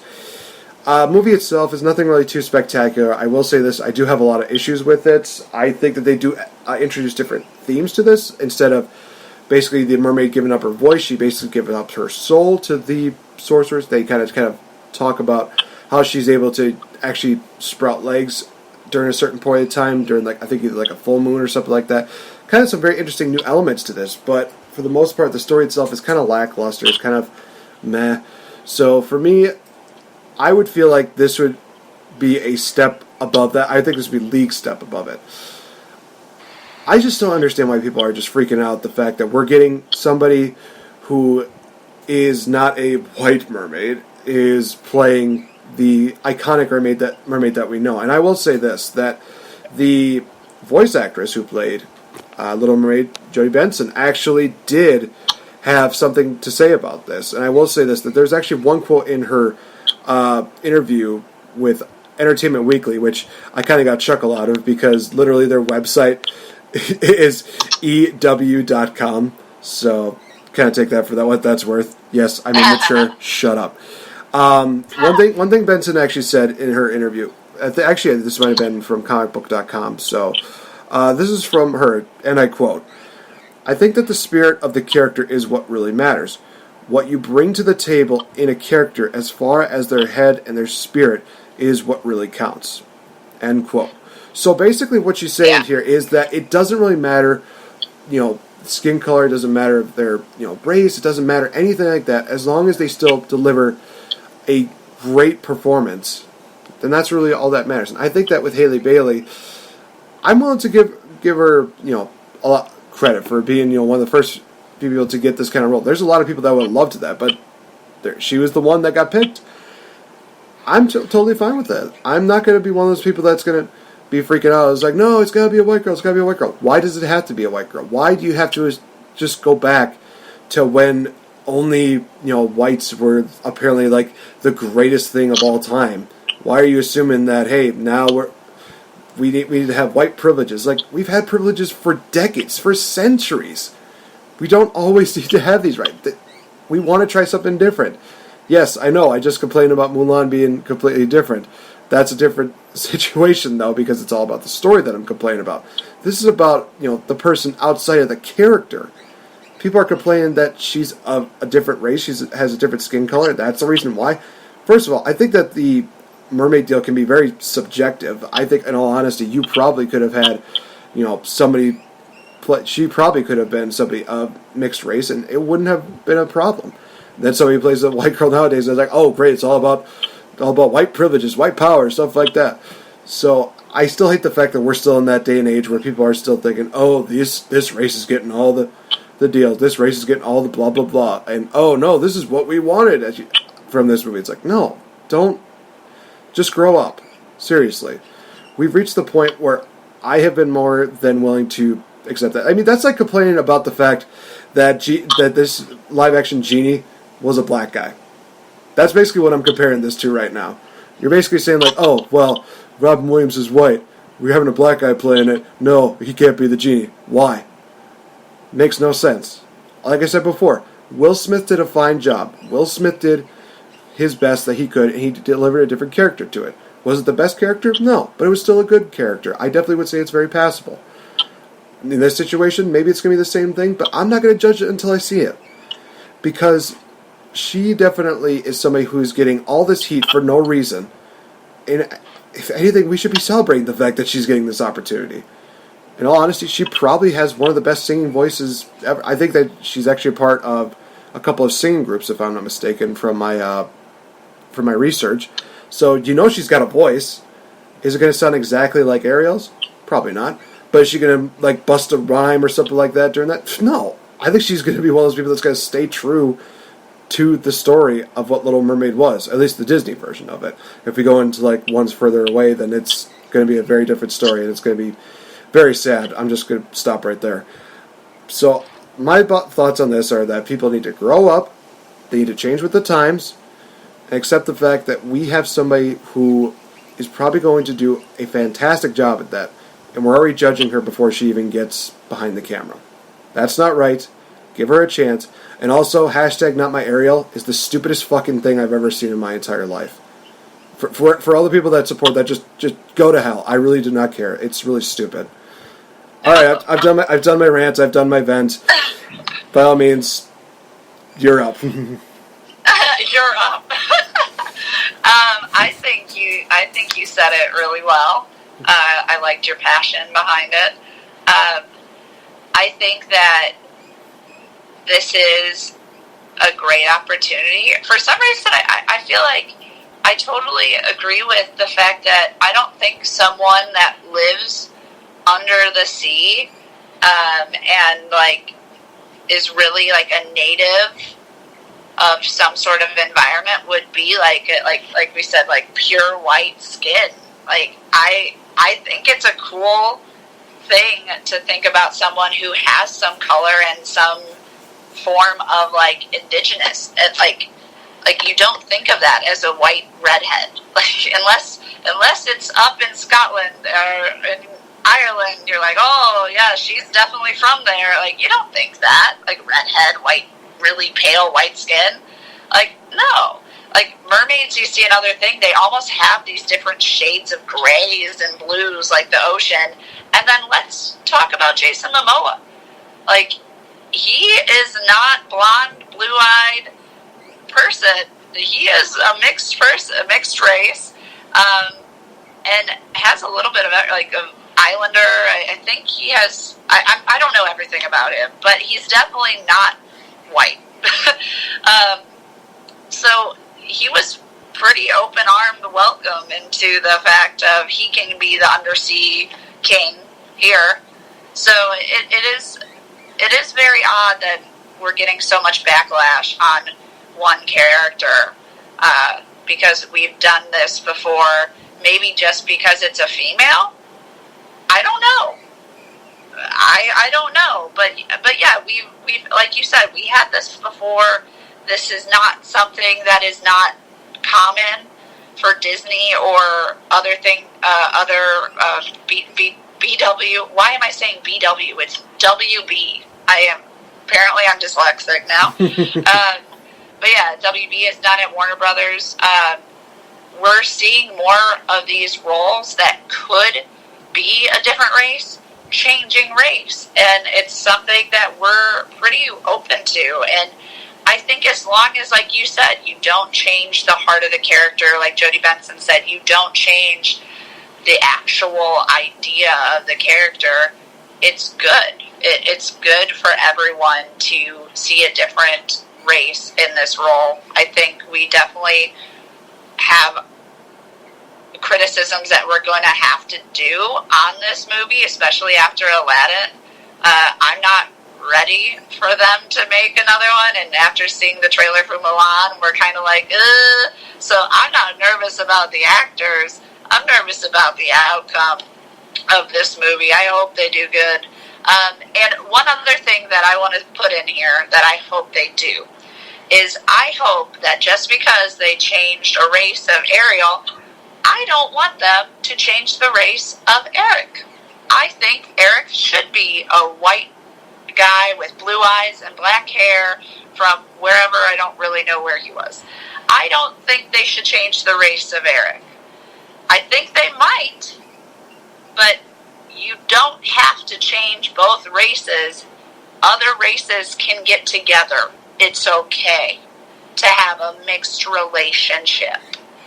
So that's just something I want to throw out there. It's not saying that I don't want them to change the race of Eric but Eric's my white and blue-eyed guy. No, that's not what I'm saying.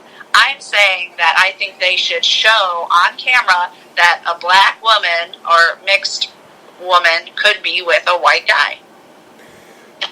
I'd be down for that. I would totally be down for that. I don't know how many really big standoutish movies have those kind of moments. I mean, the last one that kind of comes to mind, I think that where they kind of accepted, the fact that, hey, we have biracial No, there has been another one. I think the ones that kind of stand out to me right now are Austin Powers' Gold Member, where they had the whole deal with Beyonce Knowles and Mike Myers, and also Beauty and the Beast.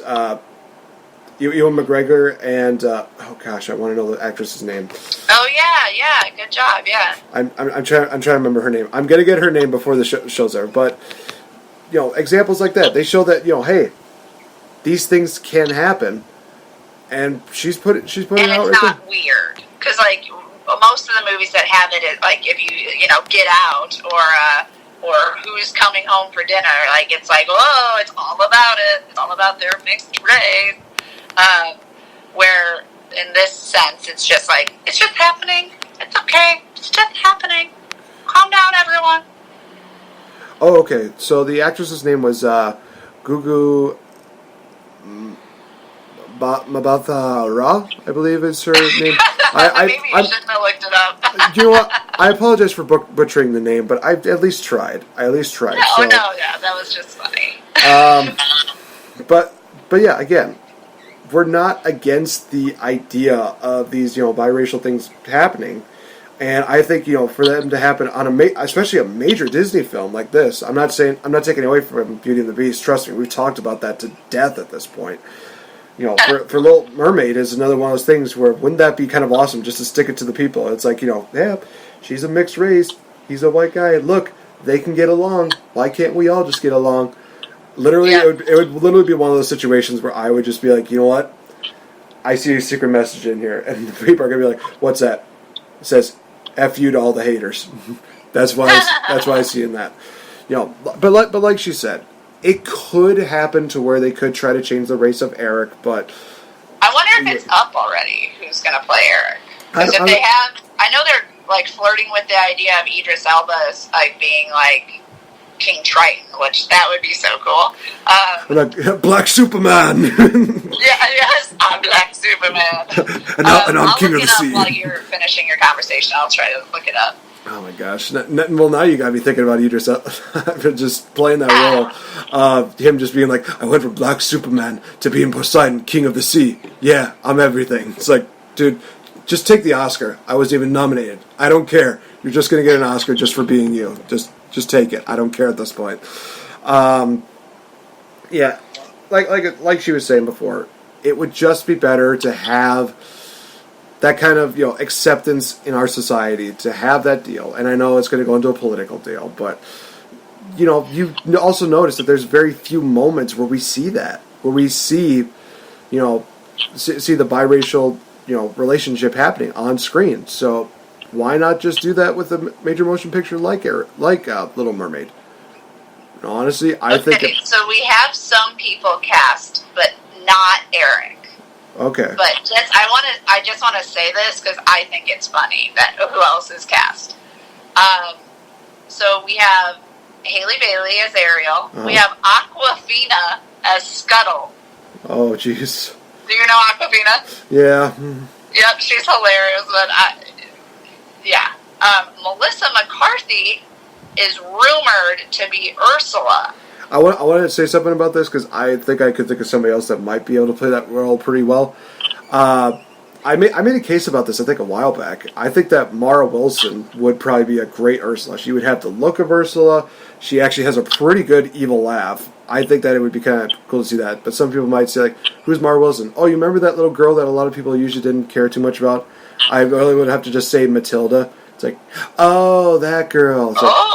It's like you look at her now, she looks a lot like Ursula. She looks like she could play that role of Ursula. So I would throw out Mara Wilson for that one. Melissa McCarthy, I don't know. I think she's done too many random movies where it's just kind of like, I don't think I could see her doing it. I kind of don't want to see her playing that because I think she would. She's a little too happy. Like face-wise. Like, even when she's not, you kind of see a smile because she's just such a happy person. So I would agree with you there. I'm like, I kind of want, kind of how we had an issue with Jafar. I kind of need a real evil person to be Ursula. Yeah, I mean, there's some moments where where Ursula can be diabolical and she can have that smile, but it has to be one of those things where poignant moments where she has that smile. It can't be all the time. Yeah, but even Ursula's smile isn't a smile to me. It's more of a grimace. Okay. Like a ha ha ha ha. Gotcha. Not a hi. Right. Like just like Jafar. Jafar had a very he smiled a lot too.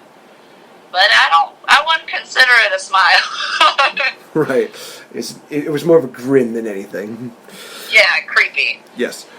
But alright, so I think that we're going to wrap up this edition of the Game Changer podcast. Honestly, guys, we went on for almost about 2 hours, which was worth it because we talked about so much in this episode, and I have no regrets about it. It was a lot of fun. So, guys, what we learned from this podcast is Spider-Man was amazing. Check it out again if you haven't seen it. Definitely give Stranger Things Season 3 a chance and give it a little bit of time before it picks up. We had the controversy with about Ariel, and basically don't judge until you actually see the movie. And by all means, that hashtag not my Ariel can go straight to hell. Like I said, I'm going to reiterate that. And also Mulan, we'll wait and see. It's kind of resorting down to that. It's like, we'll kind of wait and see. It's not one of those things that's kind of pick it out. It's really sad for me to say that the sequel to Maleficent is garnering more attention from me than the live-action Mulan at this point. Yeah, that sucks. But I agree. It's Game of Thrones-ish, but it might be done the right way. Just please don't give us a BS finish. So, for that, guys, we're going to wrap up this edition of the Game Changer podcast. You can check out my lovely co-host on her Facebook fan page. By all means, give her a like, give her some comments, and be polite about it. Otherwise, I'll have some choice words for you, too. Definitely check us out on Twitter, because why not? And be sure to go through all the major podcasting formats. I do believe we're going to have a new one that's actually going to be, hopefully, out by the end of the week. I'm still kind of waiting for it to kind of pen right now, but this is going to be a special shout out, you guys, to the great people of Spreaker.com. Thank you so much for allowing this podcast to go on so many different platforms. Thank you so much for allowing us to have our voice being heard, and hopefully you guys have enjoyed these great podcasts. So we're going to bear this question to you guys. What do you guys think about the whole Ariel situation? Do you think she should have been white? Do you like the idea of her being a mixed race? Where should Disney go from here when it comes to interracial relationships? I just had a moth in here, so that's why I kind of just... Jeez, that's a big one. So I'm going to go kill this moth, and we will talk to you guys in the next episode. So thank you so much. Bye-bye. Bye! Maybe he's right. Maybe there is something the matter with me. I just don't see how a world that makes such wonderful things could be bad. Look at this stuff, isn't it neat? Wouldn't you think my collection's complete? Wouldn't you think I'm the girl who has everything?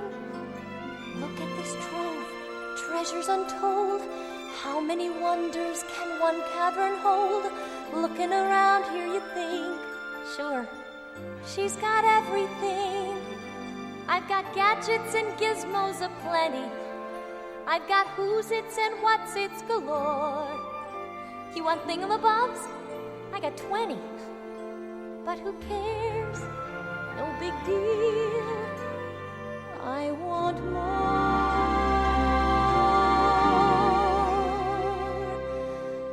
I want to be where the people are. I wanna see 'em dancing, walking around on those, what do you call 'em? Oh, feet. Flipping your fins, you don't get too far. Legs are required for jumping, dancing, strolling along down a, what's that word again? Street. Up where they walk, up where they run, up where they stay all day in the sun, wandering free. Wish I could be part of that world.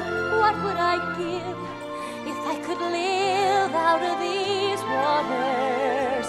What would I pay to spend a day warm on the sand?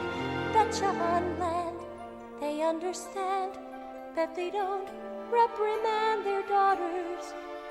Bright young women, sick of swimming, ready to stand, and ready to know what the people know. Ask them my questions and get some answers. What's a fire and why does it? What's the word?